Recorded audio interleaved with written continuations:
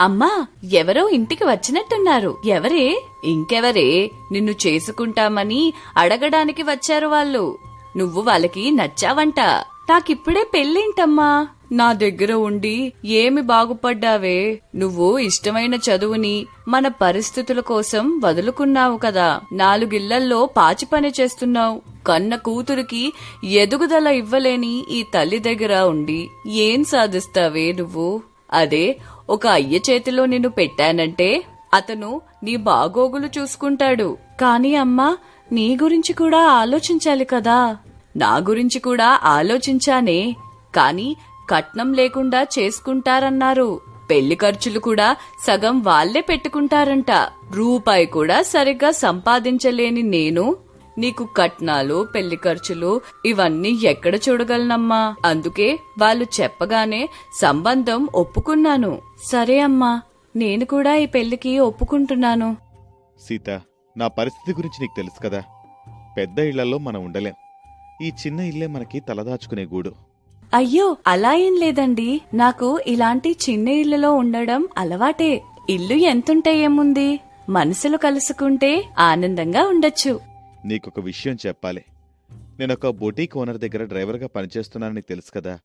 నీ గురించి చెప్తే వాళ్ళు నీకు కూడా అక్కడ పనిస్తామని చెప్పారు. నువ్వు అక్కడ పనిచేయడానికి సిద్ధంగా ఉన్నావా? తప్పకుండా చేస్తానండి.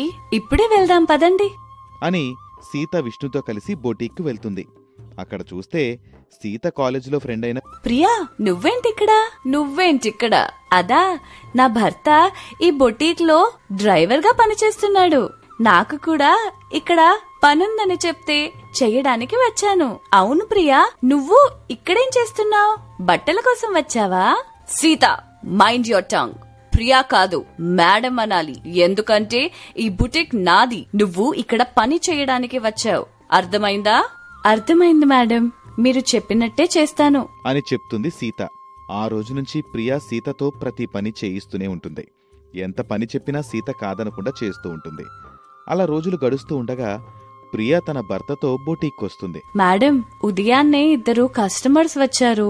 చాలా సేపటి నుంచి మీకోసం ఎదురు చూస్తూ ఉన్నారు. మీకు ఫోన్ చేస్తే ఫోన్ లిఫ్ట్ చేయడం లేదు. ఏంటి, నా మీద నాకే కంప్లైంట్ ఇస్తున్నావా? లేదా కస్టమర్ దగ్గర పని తొందరగా చేయిస్తానని లంచం తీసుకున్నావా? నీ పనేంటి? ఫ్లోర్ క్లీన్ గా ఉంచడం. అది మాత్రం చెయ్యు చాలు. అంతేకాని ఇలాంటి అనవసరమైన విషయాల్లో తల దూర్చకు. అయినా వచ్చిన వాళ్ళకి మనతో అవసరం కాబట్టి వెయిట్ చేస్తారు అని మాట్లాడుతూ ఉంటే పక్కనే కూర్చొని ఎదురు చూస్తున్న కస్టమర్స్ ఆ మాటలు వింటారు. ఏంటమ్మో, చాలా ఎక్కువ మాట్లాడుతున్నావు. మీ దగ్గర సర్వీస్ బాగుంటుందని ఎవరో చెప్తే వచ్చాను. మీకేదో అత్యవసర పనుందని ఈ అమ్మాయి చెప్పింది. అందుకే లేట్ అయిందనుకున్నాను. కానీ నువ్వు ఇలా కావాలని లేట్ చేసావు అనుకోలేదు. నువ్వు కాకపోతే ఇంకొక దగ్గరికి వెళ్తావు. నీకంటే చాలా బాగా పనిచేసేవాళ్ళున్నారు. కాసింత మర్యాదగా మాట్లాడు. అలా అయితే వెళ్ళండి. మీరు కాకపోతే 100 మంది ఉన్నారు అని అనగానే వచ్చిన వాళ్ళు ఆవేశంగా అక్కడి నుంచి వెళ్ళిపోతారు. డార్లింగ్, నీకు చెప్పలేదు కదా, తను సీత, మా క్లాస్మేట్. మనలాగా కాదు, స్లమ్ నుంచి వచ్చింది. మనలా డబ్బులున్న వాళ్ళు ఇలా బిజినెస్ చేస్తారు. ఇలాంటి వాళ్ళు ఇలా ఫ్లోర్ క్లీనింగ్ అని, డ్రైవింగ్ అంటూ చిన్న చితక పనులు చేసుకుంటూ బ్రతకవలసిందే. సరే కృష్ణ, నేను ఫ్రెండ్స్ తో పబ్ కి వెళ్తున్నాను. నైట్ లేట్ అవ్వచ్చు. నేను కూడా పార్టీకి వెళ్తున్నాను, రేపొస్తాను అని ఒకరికొకరు చెప్పుకొని వెళ్ళిపోతారు. తర్వాత సీత, విష్ణు బొటీక్ మూసేసి అక్కడి నుంచి వెళ్ళిపోతారు. సీత, వాళ్ళలా మాట్లాడేందుకు నువ్వేమైనా చిన్నబుచ్చుకున్నావా? వద్దండి, మనం వెళ్తే ఈ రోజే వెళ్లి ఈ రోజే రావాలి. రాను పోను ఇద్దరికి ఖర్చులు. ఒక పని చేద్దాం, అమ్మనే 2 రోజులకి ఉండేలా రమ్మని చెప్దాం. అప్పుడు అమ్మకే మనతో ఉన్నట్టుంటుంది, ఖర్చులు తగ్గుతాయి. సరే, అలాగే కాని అని అంటాడు. అలా రోజులు సాగుతూ ఉంటాయి. సీత, కృష్ణ వారంలో 4-5 రోజులు ఏదో ఒక పని మీద బయటికి వెళ్లడం, బొటీక్ మూసేయడం ఇలా సాగుతూ ఉంటే బొటీక్ వచ్చే కస్టమర్లు తగ్గిపోతూ ఉంటారు. అలా కొద్ది రోజుల్లోనే బొటీక్ వైపు ఎవరు రాకుండా పోతారు. దాంతో రూపాయి ఆదాయం కూడా లేకుండా పోతుంది. అప్పటికే విపరీతంగా ఖర్చులకి, విలాసాలకి అలవాటు పడిన కృష్ణ, ప్రియ డబ్బులు లేకపోవడాన్ని తట్టుకోలేకపోతారు. బొటీక్ని ఎలా ముందుకు సాగించాలో అర్థం కాక తలపట్టుకు కూర్చుంటారు. కృష్ణ, ఎలాగైనా సరే ఎక్కడైనా అప్పు తీసుకొని వచ్చి మళ్ళీ ఈ బిజినెస్ ని ముందుకు తీసుకువెళ్ళాలి. బొటీక్ సరిగా నడవక నా ఫ్రెండ్స్ తో పార్టీకి వెళ్ళడానికి కూడా డబ్బులు లేకుండా పోతుంది. అప్పులు చేయడానికి ఇంకెవరు మిగలలేదు ప్రియా. బ్యాంకుల నుంచి తెలిసిన రిలేటివ్స్ వరకు అందరి దగ్గర అప్పులు చేశాను. ఆ అప్పులు కట్టడానికైనా బొటీకి నడిపించాలి. కాని ఎవరూ రావడం లేదు కదా, ఎలా నడిపిస్తాం? అదే సమయంలో సీత కొంత డబ్బును పట్టుకొచ్చి, అయ్యో, ఇన్ని రోజులు మీరు బొటీక్ మూసుంచినా తీసుంచినా ఎలాంటి పరిస్థితుల్లో కూడా మా జీతాలు ఆపలేదు. మేముండేది ఒక చిన్న ఇంట్లో.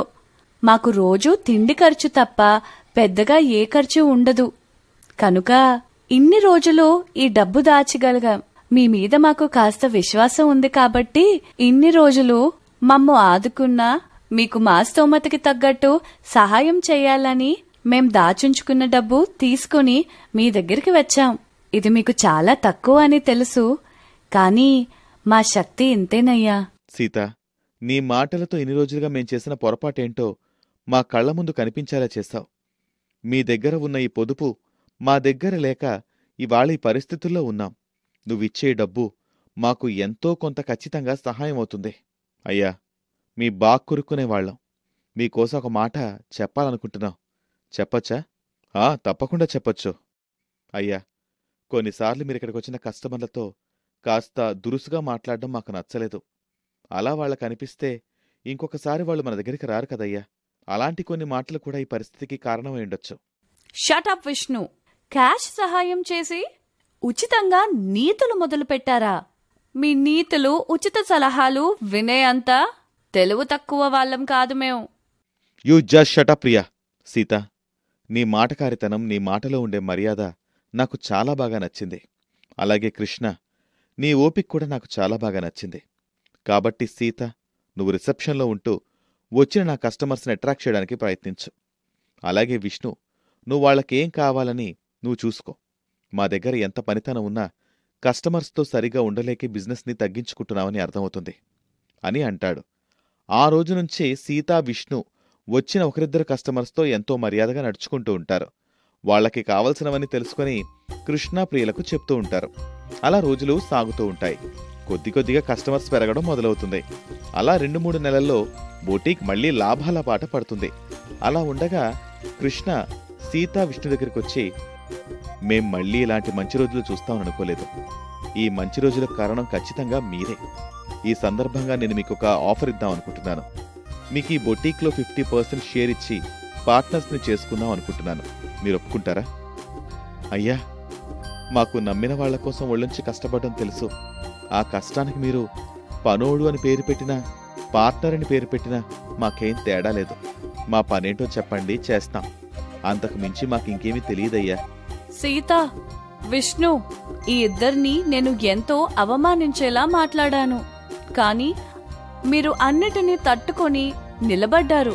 మేము దివాలా తీసే పరిస్థితిలో ఉంటే మీరు తిని తినక దాచుకున్న డబ్బుల్ని తీసుకొచ్చి మాకిచ్చారు. ఇంతకంటే మంచి వాళ్ళని మేము ఎప్పటికీ చూడలేమేమో. అందుకే మేమీ నిర్ణయం తీసుకున్నాం. ఇదేదో మేం మీకిస్తున్న ఆఫర్ కాదు. మీరు పడ్డ కష్టానికి, మీ నిజాయితీకి మీరు పొందుతున్న ప్రతిఫలం ఇది అంటూ కాగితంతో పాటు కొంత డబ్బు చేతిలో పెడుతుంది ప్రియ.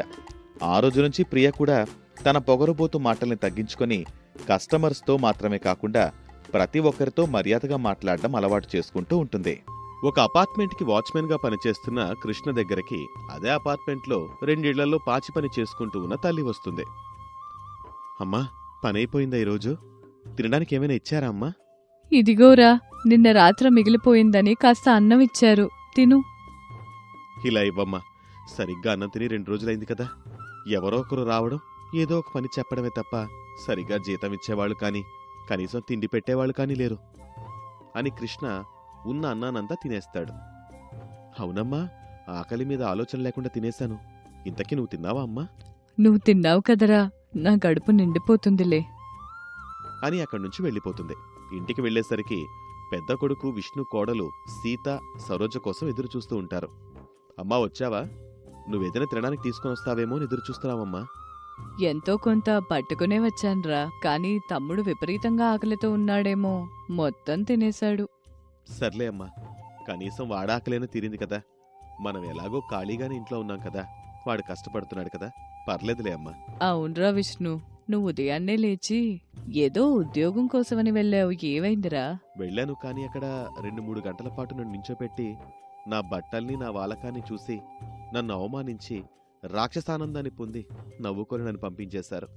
నేను కూడా ఒక అపార్ట్మెంట్లో పనుందంటే కనుక్కోడానికి వెళ్ళానత్తయ్య. కానీ నన్ను చూసి ఇలాంటి వాళ్లే పనులల్లా వచ్చి ఇంట్లో ఎవరూ లేని టైంలో దొంగతనాలు చేస్తారని మనసు బాధపడేలా మాట్లాడి పంపించేశారు. సరే, నేను పనిచేసే ఇంటాయన ఈ 2 రోజుల్లో జీతం ఇస్తానని అన్నాడు. ఆ డబ్బులొస్తే మనం కడుపు నిండా తిండి తిందాం, ఈ రోజుకి నీళ్లు తాగేసి పడుకుందాం అని అనగానే ముగ్గురు ఇంట్లోకి వెళ్లి నీళ్లు తాగేసి పడుకుంటారు. ఇదిలా ఉండగా కొత్తగా అపార్ట్మెంట్కొచ్చిన ప్రియ వాచ్మెన్ కృష్ణతో మాట్లాడుతూ ఉంటుంది. అలా రోజురోజు మాట్లాడుకోవడం ముదిరి ప్రేమగా మారుతుంది. కృష్ణ, నువ్వింకా ఇక్కడ పని చేయాల్సిన అవసరం ఏముంది? నన్ను పెళ్లి చేసుకుంటే నా ఆస్తంతా నీకే కదా. మనం తొందరగా పెళ్లి చేసుకుందామా? సరే ప్రియా, నేను మా ఇంట్లో చెప్పి నీకు చెప్తాను నాకంత టైం లేదు, మనం ఈ రోజే పెళ్లి చేసుకుందాం అని బలవంతంగా కృష్ణని గుడికి తీసుకుని వెళ్లి పెళ్లి చేసుకుంటుంది ప్రియ. తర్వాత ఇద్దరూ కలిసి కృష్ణ ఇంటికి వెళ్తారు. ఒరే కృష్ణ, ఏంట్రా ఇది? మాకొక్క మాట కూడా చెప్పలేదు. మా పెళ్లి మేము ఇష్టమై చేసుకున్నాం, మీకు చెప్పలేదని బాధపడ్డం ఎందుకు? సరే, ఎలాగోలా అయిందిలే గాని ఈ రోజు మేము పెళ్లి చేసుకున్నాం కాబట్టి పార్టీ చేసుకుందాం. ఇదిగో ఈ డబ్బు తీసుకుని వెళ్లి తినడానికి బిర్యానీ తీసుకుని రండి అని కొంత డబ్బు విష్ణు చేతికిచ్చింది ప్రియ.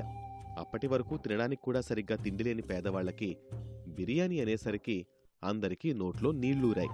వెంటనే విష్ణు ఆగమేఘాల మీద వెళ్లి బిర్యానీ తీసుకుని వచ్చాడు. సరోజ అందరికీ బిర్యానీ వడ్డించి తాను కూడా తింది. నాకు తిన్న తర్వాత ఒక కునుకెయ్యకపోతే రోజు గడవదు. ఏంటి ప్రియా, ఏం చూస్తున్నావు? మీ ఇంట్లో ఒక బెడ్ కూడా లేదా? మా పరిస్థితుల గురించి నీకు చెప్పాను కదా ప్రియా. మంచం కాదు కాని కనీసం ఒక ఫ్యాన్ కూడా లేదు. ఇదిగో సీత, ఇలా రా, నేను పడుకుంటాను, కాస్త నాకు గాలి వచ్చేలా విసురుతావా అని విసనకర్ర సీత చేతికిచ్చి పడుకుంటుంది ప్రియ. సీతకేం జరుగుతుందో అర్థం కాకపోయినా ప్రియ చెప్పినట్లు విసరడం మొదలు పెడుతుంది. కృష్ణకి డ్యూటీ టైం అవడంతో వెళ్ళిపోతాడు కృష్ణ. అలా కృష్ణ రోజు అపార్ట్మెంట్ దగ్గరే పనిచేస్తూ ఉండడం, చాలా ఆలస్యంగా ఇంటికి వస్తూ ఉండడంతో ఇంటి దగ్గర ఏం జరుగుతుందో తెలియకుండా పోయింది. కాని ఇంటికొచ్చేసరికి రోజు రకరకాల ఆహారాలు ఉండడంతో ఇదంతా ప్రియ వలనే అని కృష్ణ అనుకుంటూ ఉండేవాడు. కాని ప్రియ కృష్ణ అనుకున్నట్టు కాకుండా అత్త సరోజతో తన తోటికోడలైన సీతతో కూడా తన పనులు చేయించుకుంటూ ఉండేది. ఒకరోజు సీత ఇల్లు శుభ్రం చేస్తూ ఉండగా ప్రియా వచ్చి, సీత ఇలారా, ఈ రోజు నాకు మసాజ్ కావాలనిపిస్తుంది, తొందరగా వచ్చి మసాజ్ చేయి. లేదు ప్రియా, ఈ రోజు ఇల్లు దులిపే పనుంది. ఏంటి, నీ పని చూసుకుంటూ ఇంట్లో అందర్నీ పస్తులుంచాలని అనుకుంటున్నావా?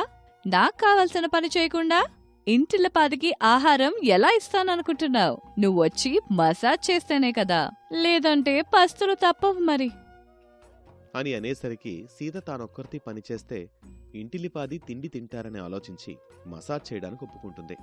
అలా ప్రియ సీతతో అన్ని పనులు చేయించుకుంటూ ఉంటుంది. బాడీ మసాజ్ బాగానే ఉందిలే కాని తలకి మసాజ్ ఎవరు చేస్తారబ్బా? అత్తయ్య ఖాళీగానే ఉంది కదా. అత్తయ్య, ఇలా రండి, తలకి కాస్త మసాజ్ చేయండి అని అంటుంది.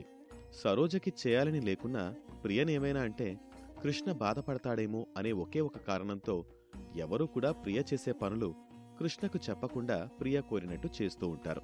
అలా రోజులు గడుస్తూ ఉంటాయి. ప్రియ తనకంటే వయస్సులో పెద్దవారైన అత్తతో, తోటి కోడలితో కేవలం డబ్బులాశ చూపించి పనులు చేయించుకుంటూ ఉంటుంది. అలా కొద్ది రోజులు గడిచాక విష్ణుకి మంచి ఉద్యోగం ఒకటొస్తుంది. అమ్మా, మన కష్టాలన్నీ తీరినట్టే అమ్మా. మనమింకా పైసా కోసం కష్టపడవలసిన అవసరమేమీ లేదు. నా స్నేహితుడొకడు కంపెనీ పెట్టాడు. వాడి కంపెనీలో సూపర్వైజర్గా నన్ను పెట్టుకున్నాడు. మంచి జీతం, అనుకూలంగా ఉండే పని. ఇక మన కష్టాలు పోయినట్టే అమ్మా అని ఎంతో ఆనందంగా తల్లికి చెప్తూ ఉంటాడు. ఇదంతా వింటున్న ప్రియ కంగారు పడుతూ, అసలు నేను కృష్ణని ప్రేమిస్తున్నట్టు నాటకమాడి పెళ్లి చేసుకోవడానికి కారణమే వీళ్ళ కటిక పేదరికం. తినడానికి తిండికి కూడా గతి లేదు కాబట్టి నేను కాస్త కుక్కకి ఆహారం వేసినట్టు వీళ్ళకి వేస్తే నా కాళ్ళ దగ్గర పడి ఉంటారు. కొంచెం డబ్బాష చూపిస్తే నా చెప్పు చేతిలో పడి ఉంటారు అని అనుకున్నాను.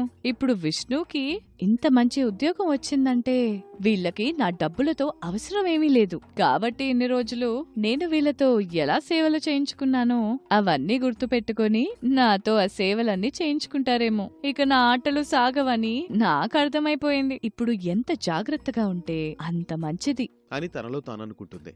వెంటనే లేచి సంతోషాన్ని ప్రదర్శిస్తూ విష్ణు దగ్గరికి వెళ్లి, చాలా సంతోషం బావగారు, మీకు అంత మంచి ఉద్యోగం వచ్చిందంటే నాకు చాలా సంతోషంగా ఉంది. అదంతా నీవల్లే ప్రియా. నువ్వే లేకపోయుంటే నేనిప్పటి వరకు కూడా ఏదో చిన్న చితక పనులు వెతుక్కుంటూ ఇంకా సమయాన్ని వృధా చేసుకుంటూనే ఉండేవాణ్ణి కాబోలు. నువ్వు అమ్మవాళ్లని అంతలా ఇబ్బంది పెడుతూ ఉంటే ఇంటికి పెద్ద కొడుకునయ్యుండి కూడా నేనేమీ చేయలేకపోతున్నానన్న బాధ నా మనసును తొలిచేసింది. అందుకే పట్టుదలతో ప్రతి ఒక్కరినీ ఉద్యోగం కోసం అడిగాను. తిండి తిప్పలు లేకుండా ఊరూరా తిరిగాను. ఇదిగో చివరికిలా ఉద్యోగం సంపాదించుకోగలిగాను. ఓహో, ఈ విషయం అంతవరకు చేరిందనమాట. నేనికపై జాగ్రత్తగా లేకపోతే నా బ్రతుకు ఇంట్లో మూలగుండే చీపురుకట్టలాగే అయిపోతుంది. ఎప్పుడూ మూల కూర్చోవడమే. అమ్మో, అలా కాకూడదంటే నేను వీళ్ళల్లో ఒకదానిలా కలిసిపోయినట్టు నటించక తప్పదు అని అనుకుంటుంది. ఆ రోజు నుంచి ప్రియ ఎప్పుడూ కూడా ఇంట్లో ఎవరితో పని చేయించుకోకపోగా తానే అన్ని పనుల్లో అందరికీ సహాయం చేస్తూ ఉంటుంది. ప్రియలో వచ్చిన ఈ మార్పును చూసి ఇంటిల్లిపాది సంబరపడతారు.